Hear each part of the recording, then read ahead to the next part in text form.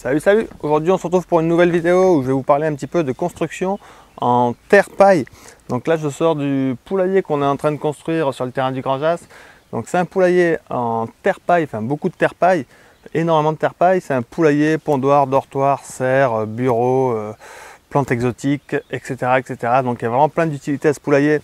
Mais ce n'est pas vraiment le sujet de la vidéo, je vous en ferai une vidéo entièrement sur ce sujet-là une fois qu'il sera terminé. Donc là le sujet ça va être plutôt la construction en terre-paille en général.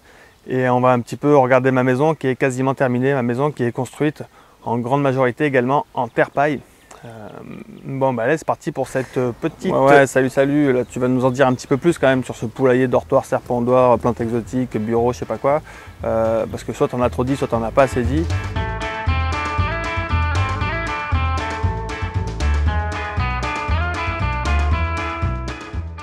Alors cette serre, pondoir, dortoir, la voici. Donc ça c'est le côté sud, on voit que le côté sud est vitré, en tout cas est fait pour laisser passer la lumière. Là c'est la baignoire avec laquelle on fait le torchis, mais je vous ai déjà fait une vidéo sur le torchis que je vous invite à regarder. Donc la lumière et la chaleur peuvent rentrer côté sud. Ça va chauffer un petit peu le pondoir et le dortoir des poules. La terre-paille va accumuler la chaleur. Donc on voit qu'on a fait ça avec vraiment beaucoup de récupération, hein, beaucoup de récup. Là on voit l'accès au poulailler pour qu'elles puissent faire leur balade et se balader dans les arbres fruitiers, les herbes et tout ça. Ici c'est le pondoir, avec des petits parcours à l'arrière pour quand il y aura des poussins, mais je vous expliquerai ça plus tard, des petites bouteilles dans les murs. Et donc l'idée en gros c'est que la serre chauffe les poules et les poules chauffent la serre, hein. C'est ça en gros l'idée.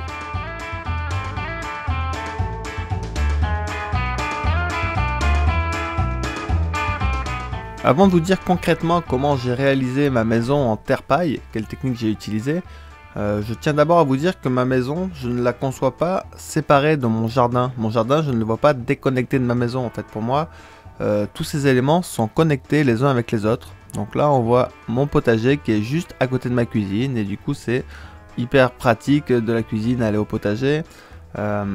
Pareil, j'ai une phytoépuration qui entretient l'humidité générale de mon jardin. Et du coup, tout est vraiment connecté. Et c'est pour moi un élément vraiment hyper important dans ce qu'on pourrait appeler la maison naturelle. Ce qui me semble important aussi de dire, c'est que ma maison, elle est également isolée par tous les arbres qui l'entourent. Les arbres me protègent du vent, en été ils me protègent de la chaleur, en hiver ils me protègent du froid. On peut tous constater qu'en forêt il fait moins froid en hiver, il fait moins chaud en été.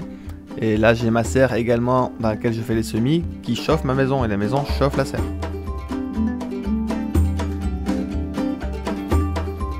Ce qu'il me semble aussi important de dire, c'est pourquoi est-ce que je construis ma maison avec de la terre et de la paille. C'est entre autres parce que je creuse des mares et en creusant les mares je décaisse de la terre. Et cette terre me sert à faire une bonne partie de ma maison.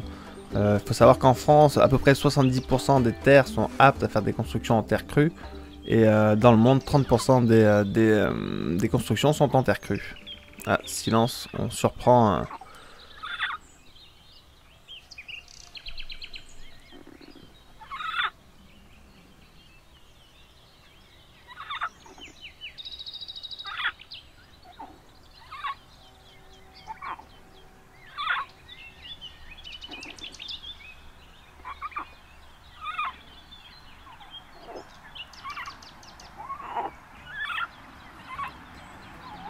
Donc toujours dans cette idée de connexion en fait, le fait de creuser des mares me permet d'avoir des matériaux, de la terre pour construire ma maison.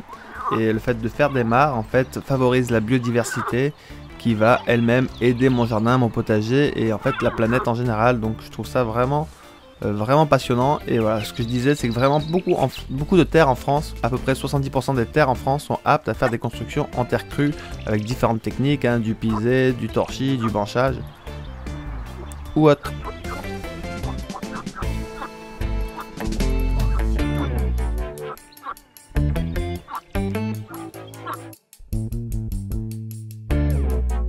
Avant de vous montrer un exemple de construction en terre-paille, je tiens à vous dire que loin de moi l'idée de prétendre que ma maison est parfaite, 100% naturelle, écolo et tout ça, hein. C'est juste... j'ai utilisé un peu de nucléaire, j'ai utilisé un peu de pétrole, j'ai utilisé des matériaux qui ne sont pas forcément tous à 100% naturels. Mais par contre, je fais au mieux avec les moyens, les connaissances et le temps dont je dispose. L'idée, c'est un peu ça, c'est de montrer qu'on peut faire des choses pour essayer d'aller vers quelque chose de mieux et de plus naturel. Ma maison n'est absolument pas parfaite. Dans l'exemple que je vous propose, on voit que la structure porteuse est déjà en place, ce n'est pas la terre et la paille qui portent. Le toit est déjà porté par des poteaux en bois et le plancher est déjà présent. On voit que j'ai utilisé également beaucoup de récupération, de vitres en récupération. Là, pour tenir ce mur, pour consolider ce mur, j'ai utilisé beaucoup de bois de récupération. Et là, ce qu'on voit, c'est le premier coffrage parce que je vais faire des murs en banchage avec beaucoup de paille et un peu de terre. Dans le cas de cette construction, j'ai utilisé une bétonnière pour faire mes mélanges de terre et d'eau. Donc en gros, l'idée, c'est qu'une fois que j'ai sorti la terre de la mare, je la mets dans cette bétonnière qui malaxe. Je rajoute beaucoup d'eau pour avoir un mélange qu'on appelle une barbotine, extrêmement liquide en fait. L'avantage de la bétonnière, c'est qu'elle continue à travailler pendant que moi je fais autre chose à côté, ça me fait gagner quand même pas mal de temps. À la fin, on obtient ce résultat-là très liquide. Une fois que j'ai fini ma barbotine, je la transporte dans un seau à l'endroit où je vais faire mon mur, je trempe ma paille dedans, je sors la paille et la paille je la mets dans le coffrage que je compresse. Ce que j'aime bien avec ces constructions-là, c'est que ça va pas consommer de sable. Il faut savoir que le sable, c'est aussi une ressource épuisable, qu'on est en train de faire des carrières dans les collines qui abîment les collines, qu'on racle les fonds des océans pour récupérer du sable. Donc là, c'est uniquement des matériaux locaux, de la paille qui vient du village et de la terre du jardin d'à côté. Donc voilà, je mets ma terre paille dans le coffrage, je compacte avec un petit bout de bois. Une fois que j'ai rempli mon étage, je fais l'étage supérieur. Donc je rajoute des planches de coffrage que je vais également re-remplir. Ce qui peut surprendre aussi avec la terre paille, c'est que parfois des gens me font des remarques en imaginant que ça ne sera pas très durable ou pas très costaud. En fait, les constructions en terre paille, c'est extrêmement durable, ça peut durer plusieurs centaines d'années sans aucun souci. Une fois que ça sèche, ça devient dur comme du béton, c'est vraiment très résistant et en plus c'est beaucoup plus sain. Donc là, on voit que j'ai rempli 3 étages. En général, quand j'ai rempli 3 étages, je laisse sécher quelques jours.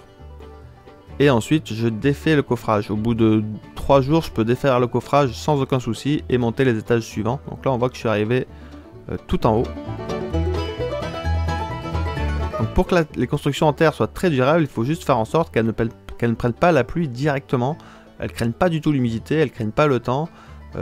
Si jamais elles prennent la pluie, on peut aussi faire des enduits à la chaux pour les rendre résistantes à la pluie. Alors pour le haut des murs, je ne pouvais pas faire un système de coffrage et le remplir par le dessus, donc je mettais juste une planche de coffrage sur un côté et je remplissais et compactais sur le côté.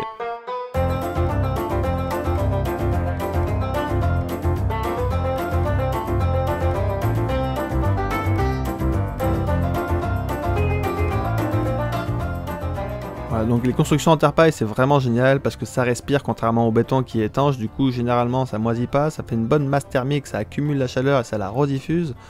C'est vraiment très sain. Pour le haut, pour le bas des poutres et le haut des fenêtres, j'ai donc mis encore du terre paille avec des vis en fait. Donc quand le terre paille va durcir, va devenir comme du béton, il sera pris dans les vis et il ne pourra plus bouger.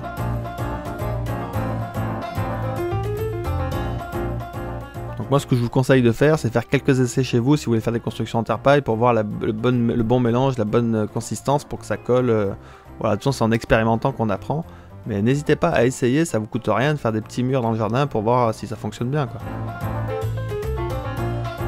Ce qui est génial aussi, c'est que on peut y aller avec les mains, c'est vraiment pas nocif pour les mains, ça va pas vous bouffer les mains comme de la chaux ou comme du ciment qui sont très nocives. Là c'est juste de la terre et de la paille, c'est des matériaux naturels, très durables, sains, écolos, pas chers. On va au bout de quelques jours, en général il y a des grains de blé, du blé qui germe en fait et qui fait un peu de verdure sur les murs. Ça ne pose aucun souci, même au contraire ça va aider à éliminer les dernières gouttes d'humidité dans ce mur. Alors pour les endroits entre deux fenêtres très rapprochées comme ici, où j'ai pas pu faire du coffrage avec des planches, c'était un peu compliqué, un peu long pour pas grand chose, j'ai fait un système de torchis, donc je fais des boudins en torchis que je positionne entre les deux fenêtres, je les recourbe un coup d'un côté, un coup de l'autre. Je les écrase contre les fenêtres et quand ça va durcir, ça va me faire une jolie colonne entre ces deux fenêtres. Les constructions en terre paille, j'aime bien ça aussi parce qu'on peut faire ça avec des enfants, ça les amuse, ils jouent avec de la gadoue et en même temps ils font des constructions, donc ça c'est quand même chouette également, on peut faire ça en famille sans aucun souci.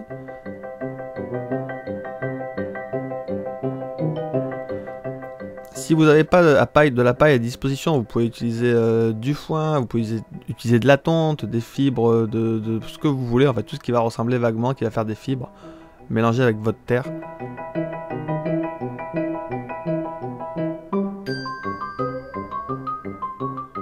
Pour les endroits un petit peu où les murs étaient avec des formes étranges, bizarres, j'ai fait du torchis, donc une structure sur laquelle on accroche de la terre paille. Et une fois fini, on a fait un enduit à la chaux, enfin on a fait, c'est pas moi qui l'ai fait, c'est ma compagne. Donc un enduit à la chaux avec de la barbotine et un petit peu de sable. Donc on a consommé un petit peu de sable pour cet enduit là à la chaux. Et on a utilisé un petit peu de chaux également. Par facilité en fait, parce qu'on sait que la chaux ça étanchifie, c'est vraiment très durable, ça blanchit un petit peu la pièce, c'est vraiment chouette. Ça nous a fait consommer donc un petit peu de sable, mais c'est quand même énergivore en fait à produire de la chaux. Donc moi en général j'essaye de me débarrasser doucement de tout ce qui est trop énergivore. Surtout qu'on peut faire très bien des enduits avec uniquement de la terre et de la tonte par exemple. De la terre et de la tonte, ça donne d'excellents résultats. On n'a pas besoin de sable et on n'a pas besoin de chaux. Ou de la terre et du crottin de cheval, ça marche vraiment super bien. Là c'est ce qu'on voit ici, ça fait des finitions tout à fait jolies. Donc voilà, la chaux, j'aimerais bien essayer de ne plus en utiliser dans le futur, quoi, ou alors très rarement, un peu comme un produit de luxe, quoi. Voilà, parce qu'on fait des très beaux enduits avec juste des matériaux, de la terre, de la tonte, de la terre, du crottin. Ça fait de très belles finitions et on est en plus autonome, on se débrouille tout seul, on n'a pas besoin d'aller dans le magasin pour acheter ces matériaux-là.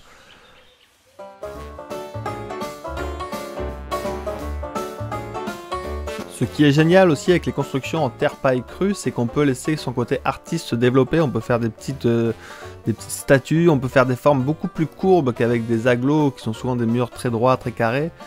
Ce que j'adore aussi, c'est l'idée de ne pas créer de déchets, c'est-à-dire que nos murs en terre et en paille, ils vont pouvoir retourner à la terre et redonner de la richesse à la terre. On peut les refaire se composter avec les matériaux en béton qu'on va acheter dans les magasins. C'est des déchets que l'on va laisser, ce n'est pas de la fertilité.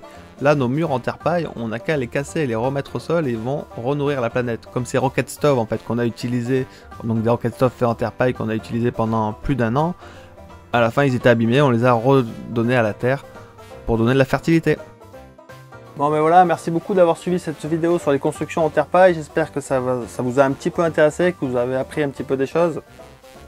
Je vous remercie beaucoup d'avoir suivi cette vidéo entièrement. Je remercie énormément toutes les personnes qui partagent mes vidéos. Ça fait avancer la chaîne, et du coup ça fait un petit peu avancer la cause de la permaculture, de l'agroécologie et du etc. Je remercie énormément, vraiment c'est un truc de fou, toutes les personnes qui me soutiennent. C'est grâce à eux, c'est grâce à vous que j'arrive à faire ces vidéos. C'est vraiment génial. Et puis, comme d'habitude, je vous dis à la semaine prochaine pour une prochaine vidéo. Allez, ciao, ciao!